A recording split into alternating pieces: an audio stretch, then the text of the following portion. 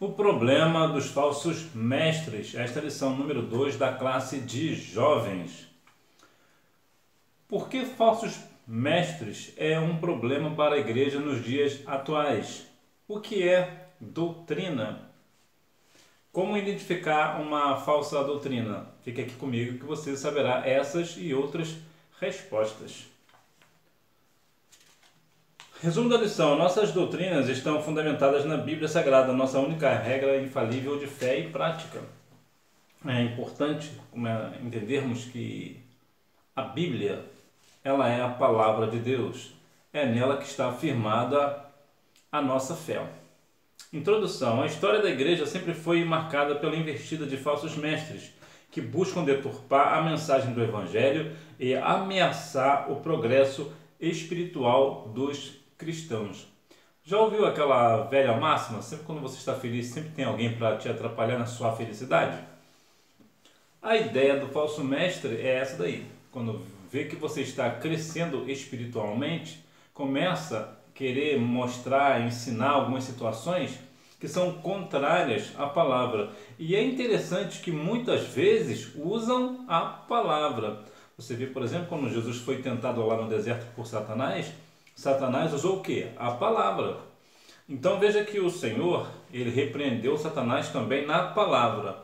Porque a palavra de Deus, quando usada de forma errada, que é o que os falsos mestres fazem, parece algo verdadeiro. Eu vou te mostrar um exemplo. Na verdade, eu não vou te dar um exemplo, eu vou te mostrar a fórmula. Quando uma pessoa fala para você algo, chega para você com uma notícia, por exemplo, que vários tópicos, ela te fala várias verdades sobre aquele determinado assunto. E no meio dessas verdades que ele fala, ela falar uma mentira, você entenderá que essa mentira é uma verdade. Por quê? Porque a pessoa que falou com você chegou com muitas verdades. Então isso também é uma forma do falso mestre ensinar. Ele fala várias verdades e no meio ele coloca uma mentira. Então aquela mentira parece ser verdade. Então nós temos que ter muito cuidado com esses falsos mestres, porque eles chegam falando da palavra, mencionando a palavra, mas de uma forma deturpada. É aquela velha história, né? Não é bem assim não. Eu vou te mostrar um outro lado. Então pega um texto completamente fora do contexto, ou inventa um contexto para aquele texto e acaba enganando o povo. Mas é importante que você não será enganado, porque você é uma pessoa que está sempre na igreja, você ouve a palavra do Senhor, você é aluna da Escola Bíblica Dominical, é professor ou professora da Escola Bíblica Dominical, então certamente não cairá em conversas de falsos mestres. Mas verdade é que a maioria do povo de Deus não costuma ter muito hábito da leitura bíblica, muitos até nem para a escola dominical vão. Então esses são vítimas fáceis dos falsos mestres. Cuidando da doutrina. O que é doutrina? É o conjunto de preceitos fundamentais que compõem um sistema religioso, filosófico, político, social ou econômico. No campo das religiões, cada uma tem a sua doutrina. Os dogmas ou conjuntos de crenças, o cristianismo tem suas doutrinas fundamentadas na Bíblia Sagrada, a nossa única regra infalível de fé e prática. A doutrina, então, é um conjunto de preceitos. É um conjunto, vamos colocar aqui, um conjunto de regras. Você lembra aquela situação que às vezes você vai falar para o seu pastor e o seu pastor fala assim, não, isso aí não pode? Ele te põe uma regra, então isso é uma doutrina. É verdade que existe uma diferença entre doutrinas e costumes, existe uma diferença. Mas é importante notarmos que a doutrina ela é bíblica. A doutrina, qual é a diferença básica de doutrina e costumes? É que o costume ele é de um determinado tempo e o de um determinado lugar. Esse costume pode ser um costume longo, de muitos séculos, mas ele é apenas para um lugar ou para um país. A doutrina bíblica ela é para todos os tempos, para todos os lugares. Então essa é a diferença básica entre doutrina e costume. Costume é algo passageiro, ainda que não seja passageiro, seja prorrogado por muitos séculos, por muitos anos, ele é para um determinado lugar só, é um estado, um país, né, uma nação. A doutrina bíblica ela já é para todas as nações e para todos os tempos. Então essa é a principal diferença entre doutrina e costume. A doutrina ela é aquele conjunto de regras que rege a igreja. No nosso caso, a Bíblia. A Bíblia é a nossa doutrina. O que é fora da Bíblia não é para nós. Né? Nós precisamos ter muito cuidado com esse negócio, porque muitas vezes pessoas trazem coisas de outros lugares para a nossa cultura, dizendo que é uma doutrina, né? Uma nova doutrina. Não, não é uma nova doutrina. O que está querendo trazer é um novo costume, ou coisa desse gênero, porque a doutrina ela é da palavra. O lugar da experiência espiritual. Nós pentecostais valorizamos a experiência espiritual. Ela nos auxilia na compreensão do que está registrado nas Escrituras, à medida que experimentamos o mesmo que viveram os personagens do texto sagrado, como de Atos dos Apóstolos, por exemplo. O que é a questão da experiência espiritual? Existem algumas partes na verdade, mas eu vou me ater aqui a duas questões espirituais. O que é uma pessoa espiritual para você? É uma pergunta que parece retórica, mas não é. É uma resposta bem difícil de dar. Vou te dar um exemplo. Eliseu era um santo homem de Deus. Como aquela mulher percebeu que aquele homem era um santo homem de Deus? Pelo proceder dele no cotidiano. Você vê lá em 2 Reis, capítulo 4, você verá, lá pelo capítulo 8 ou 9, você verá que ela vai dizer assim, veja que esse homem que passa por nós é um santo homem de Deus. Por que ela percebeu isso? Porque ele era um homem santo, não tinha na época, claro, né, o batismo com o Espírito Santo, não tinha os dons de profecias, o falar em línguas, né? Nada disso existia. Mas como ela sabia que ele era um homem de Deus? A procedência dele no cotidiano, a forma com que ele tratava um e tratava o outro, a forma com que ele era uma pessoa coerente. Então isso é uma questão espiritual. Qual é a outra parte espiritual? É quando uma pessoa, por exemplo, é batizada com o Espírito Santo, né? Tem uns dons de maravilhas, né? Fazem curas e prodígios, por exemplo, né? Tem interpretações de línguas. Isso também é uma questão de uma pessoa espiritual. É importante salientar o seguinte, Gálatas, capítulo 5, versículos 22 e 23, vai falar acerca do fruto do Espírito. E o correto, mais uma vez, eu vou dizer a você, é o fruto do Espírito e não os frutos do Espírito. É no singular mesmo. O fruto do Espírito, que são 9 partes, está lá em Gálatas 5, 22 e 23. Ele excede os dons espirituais. Por que ele excede? Porque os dons espirituais vêm de Deus para nós. Naquele momento nós estávamos numa situação espiritualmente boa, vamos assim dizer. Aí recebeu o batismo com o Espírito Santo, os dons espirituais e tal. E por que os dons espirituais excedem? Porque o dom espiritual ele é da pessoa para o próximo. Então, o tratar, em outras palavras, de que adianta uma pessoa falar em línguas, mas não guardar a língua de falar fofoca do outro, fazer fofoca dos outros? Né? Que adianta a pessoa ter uns dons espirituais, mas em casa só o sangue de Cristo? É um mal pagador, é uma pessoa que rouba, que furta, né? Ou que comete outros pecados. Então, o fruto do Espírito, ele excede, porque a pessoa que tem o fruto do Espírito não vai fazer tais coisas, não vai roubar de ninguém, por exemplo. Então, mas a questão da experiência, uma certa vez, recentemente, um jovem me fez uma pergunta que eu achei um tanto quanto confusa. Ele me perguntou o que é o batismo com o Espírito Santo. Por que eu achei essa pergunta confusa? Porque ele, sendo pertencente à Assembleia de Deus, que é o maior movimento pentecostal do mundo, ele não sabia o que é isso, realmente me deixou muito confuso, me deixou muito preocupado até. E talvez seja o seu caso. Talvez você possa pensar da mesma forma, mas o que é de fato o batismo com o Espírito Santo? O que é essa experiência espiritual? Pois bem, o batismo com o Espírito Santo vai trazer duas questões aqui. Vou falar em línguas, eu vou dividir aqui em duas questões. Primeiro falar que quem é batizado com o Espírito Santo não fala a língua dos anjos, como muitas pessoas dizem. Quem é batizado com o Espírito Santo não fala a língua dos homens, ou melhor, dos anjos. A Bíblia é clara que quem é batizado com o Espírito Santo, na verdade, fala em mistério com Deus e não com os anjos. Os anjos até podem ter uma língua e até acredito que tenha, mas não é esse o caso de quem é batizado com o Espírito Santo. Mas qual é o ponto? O ponto é, quem é batizado com o Espírito Santo fala novas línguas. E aqui uma língua espiritual, que eu quero dizer.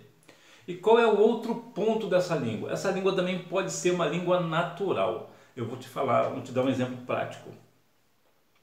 Na minha igreja, há uns anos atrás, eu particularmente eu não estava na igreja, mas um amigo me conta muito isso. Ele estava na igreja e tinha um jovem que ele tinha mal o 4º ano primário, ele falava mal o português. E numa vez o Senhor tomou ele e ele falou em castelhano, ou castelhano, né, que fala, né? Que é uma língua lá da Espanha. E ele falou perfeitamente. Por quê? Porque o batismo com o Espírito Santo faz com que a pessoa fale um outro idioma completamente perfeito. Assim como aconteceu lá em Atos dos Apóstolos, no capítulo 2. Aquela língua lá, pelo que tudo indica, era uma língua natural. Era uma língua natural, era uma língua nativa, era uma língua da terra. Ou seja, você é português não, você é brasileiro, fala o português do Brasil, mas Deus pode usar você é batizado com o Espírito Santo, e você falar em hebraico, por exemplo, ou em grego, sem que você queira. Não é você que, vou falar em grego agora porque o Espírito está me concedendo. Não, é o Espírito que te concede, você não tem domínio sobre isso. É Deus que usa você em grego para uma pessoa que está ali, que de repente ela é da Grécia, está passando por ali, Deus precisa usar alguém para alertar ela para alguma coisa. Então ela usa você, aí Deus usa você para falar com essa pessoa em grego, mesmo você falando português, sem saber falar outro idioma. Isso aqui é uma das experiências espirituais que uma pessoa pode ter no sentido de ser batizado com o Espírito Santo. Isso aqui é só um exemplo. Mas tem outras coisas, por exemplo, o dom de maravilhas. O dom de maravilha é aquele dom, por exemplo, como aconteceu com T.L. Osborne. T.L. Osborne, ele é um homem americano, ainda, né? Já morreu, mas continua sendo americano. E Deus usou ele para fazer com que uma perna de uma criança crescesse 30 centímetros na frente de todo mundo. O que é isso? É um dom de maravilha.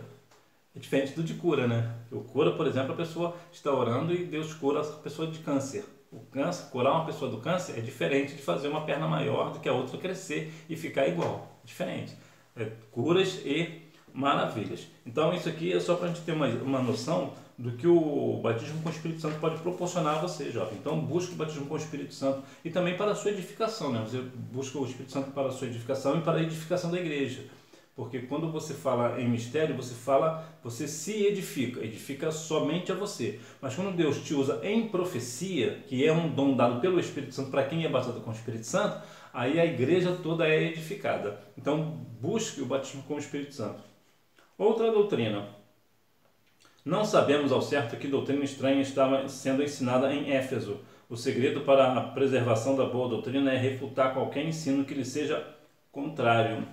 Mas como é que você vai refutar uma outra doutrina? Simples, conhecendo a verdadeira. Você conhecendo a Bíblia, quando alguém falar um outro tipo de ensino, você saberá. Por quê? Porque não está na Bíblia. Lembra aquela música do Dico Parente, né, que foi escrita pelo Marcondes? Ora e confia, presta atenção, se não está na Bíblia é tudo invenção. É só você seguir por isso daqui.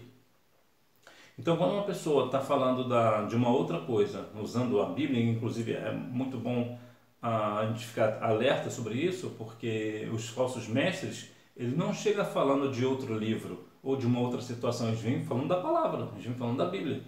Falando que a Bíblia fala isso, fala aquilo e não fala nada. Né? Tem coisas na internet, por exemplo, que só o sangue do cordeiro dá vontade de sair correndo, pelo que as pessoas dizem. Então, você jovem, você precisa ter muito cuidado naquilo que lhes é ensinado. Portanto, não deixe de ir à escola bíblica dominical, não. Continua indo, participe efetivamente também nos cultos de doutrina, dos ensinos do seu pastor. Seja uma pessoa voltada para a palavra do Senhor, para você não ser enganado.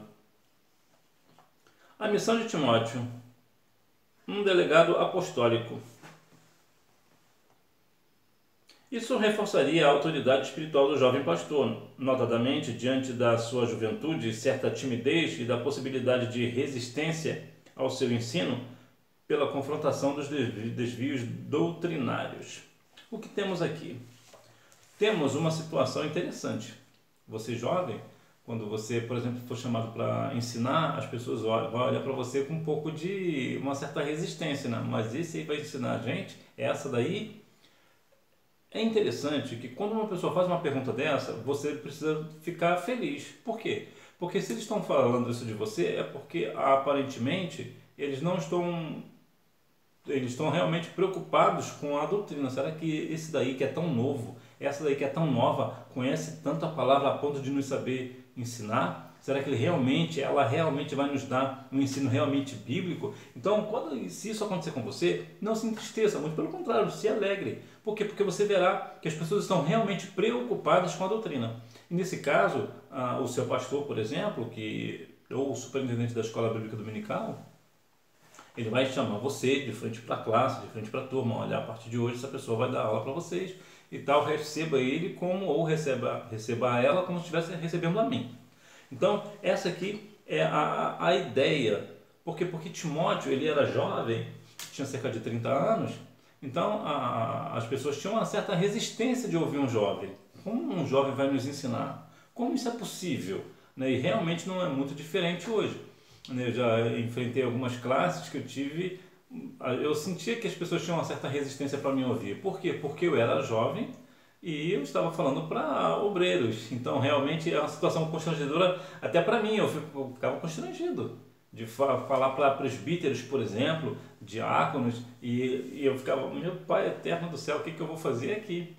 Então, porque na verdade eu falo sempre muito com jovens, mas eu já falei para irmãos, né, para a classe de irmãos. Então é uma situação bem embaraçosa, é bem difícil, porque realmente eles ficam olhando, será que esse jovenzinho vai nos ensinar direitinho? Então é importante que nós venhamos compreender que nessas situações nós não devemos ser tímidos, não, nós devemos falar com firmeza. Então fala com firmeza. É certo que nos primeiros dias, né, nos primeiros domingos e tudo, você vai ficar um pouco inseguro, é natural devido à resistência do povo, mas depois você vai ver que Deus é com você. Os falsos mestres. O culto a Diana dava muito lucro para os efésios. Mais de 50 outros deuses e deusas eram adorados em Éfeso. A religião, de modo geral, ela traz muito lucro para pessoas. Isso no sentido geral. Sentido geral, inclusive nosso, né? Que deixa claro que inclusive o nosso. Então, o cristianismo gera muito dinheiro, gera muito emprego, por exemplo.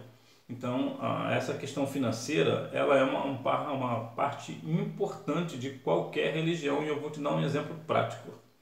Imagina, por exemplo, que a partir de hoje fica em 6 meses sem entrar nenhum dinheiro na sua igreja. O que vai acontecer com a sua igreja? Exatamente isso, ela vai fechar. Ela não terá como arcar com as despesas. Só que no caso aqui dos falsos mestres, essa questão de Diana é uma questão idólatra, é de idolatria. O que eles faziam? Eles faziam imagens, né, de escultura e tal, e vendiam isso. Então o povo acabava caindo ali no engano e começavam ali a ficar toda a vida naquele engano, naquela idolatria, profanando o nome do Senhor, mas ao mesmo tempo dando lucro para os seus senhores. Então, os falsos mestres, uma das coisas que eles fazem, que talvez seja o principal, tem 2 focos, na verdade. O falso mestre tem 2 focos. O primeiro é deturpar o ensino bíblico e o segundo é ganhar dinheiro com isso. E eles ganham muito dinheiro com esse negócio. Eles ganham muito dinheiro e eles inventam de tudo. E o povo, infelizmente, que não tem conhecimento bíblico, embarca e se perde 2 vezes. Se perde na questão financeira e se perde na vida espiritual, né? Porque naquele grande dia, se continuar nessa vida aí, padecerá a eternidade sem Cristo. Heresias infiltradas. 2 movimentos ocorreram em Éfeso para a infiltração de heresias na igreja. O primeiro, a entrada de lobos cruéis. O segundo, o surgimento de falsos mestres dentre os próprios presbíteros locais. Olha que questão preocupante. Quando o adversário ele vem de longe, não é muito difícil de observar, né? Olha, está vindo ele ali, você já vai por cá.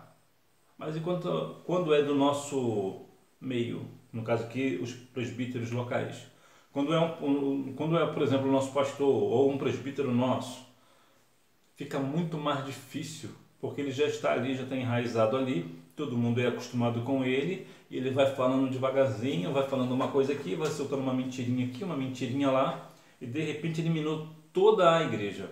Toda a igreja está minada com a falsa doutrina desse presbítero. Então nós precisamos ter muito cuidado com este negócio, também essa questão dos lobos cruéis, né, os falsos mestres, né, os falsos profetas que vêm, né, principalmente que o falso mestre, que é a questão do ensino, né, ensinam coisas erradas, ensinam heresias. Então o povo acaba se perdendo. E mais uma vez, por que se perde? Justamente pela questão de que são pessoas que não têm o comprometimento com a palavra do Senhor. Então, jovem, medita na palavra, busca a palavra, leia a palavra, não somente na igreja, mas também na sua casa. Tira em 5 minutos, 10 minutos, ou mais, né? Se melhor possível for. E vai ler a palavra, vai meditar na palavra. Lembra que a Bíblia diz? Medita na minha lei de dia e de noite. Conclusão. O problema dos falsos mestres foi o desprezo ao verdadeiro propósito das Escrituras, que é gerar em nós um coração puro e cheio de amor, uma boa consciência e uma verdadeira fé. Que tenhamos a cada dia um autêntico crescimento espiritual, longe de toda disputa de farisaísmo, cheios do amor de Deus e da Igreja do Espírito Santo, cultivando uma vida de comunhão diária com o nosso Senhor e Salvador. O grande problema dos falsos mestres é de gerar pessoas sem fé. Pessoas que, na verdade, vazias. Pessoas que não têm fé no Senhor. Pessoas que não estarão com a sua fé firmada no Senhor. Estarão completamente perdidos na casa do Pai. Estão dentro da igreja, mas tem essa questão que como uma pessoa tem um falso mestre, né? Então esse falso mestre vai ensinar o que? Uma doutrina errada. O que acontecerá com essa pessoa? Essa pessoa aprendendo errado nunca terá fé, porque a Bíblia diz que a fé vem pelo ouvir e o ouvir pela palavra, né? Romanos 10, 12, né? Então, quando a pessoa não tem essa questão de ouvir a palavra, acaba fazendo o quê? Enfraquecendo na fé. E enfraquecendo na fé, uma hora ou outra essa pessoa acabará se desviando da fé, se desviando dos caminhos do Senhor. Então nós devemos ter muito cuidado, porque os falsos mestres, eles vêm trazendo essa questão para nós. Eu dei uma Romanos 10, 12, não é essa referência não. Mas eu vou deixar aqui vou deixar a referência aqui na descrição. Nós temos que ter muito cuidado com essa questão sobre a fé. A Bíblia é a nossa regra de fé e prática, é infalível. Nós devemos somente ler a palavra, meditar na palavra. Então, quando o falso mestre vier nos ensinar algo errado, como nós temos conhecimentos da palavra, nós saberemos que é um falso mestre logo de início. E evitaremos muitas dores de cabeça. Hora da revisão. Número 1. É o conjunto de preceitos fundamentais que compõem um sistema religioso, filosófico, político, social ou econômico. Número 2. O Novo Testamento usa dois termos gregos para doutrina, didache e didascalia, ambos com dois sentidos, o ato de ensinar e o conteúdo do ensino. Número 3. Éfeso era a principal cidade da Ásia Menor. Como cidade portuária, era um agitado centro econômico na época, o que também fazia dela um lugar de grande ebulição religiosa, cultural e filosófica. Número 4. O alvo supremo de toda a instrução da palavra de Deus é uma transformação moral interior da pessoa, que se expressa no amor, na pureza de coração, numa consciência pura e numa fé sem hipocrisia. Número 5. É fundamental dedicar-se a uma vida de piedade e santificação, a qual inclui necessariamente o estudo devocional da palavra de Deus, além da vigilância e da oração constante. Isso aqui também é muito importante. Ó. Nós temos que continuar na leitura da palavra de Deus, mas também nós temos que ter vigilância. Não adianta somente ler a palavra e não vigiar, né? Vigia, jovem, vigia.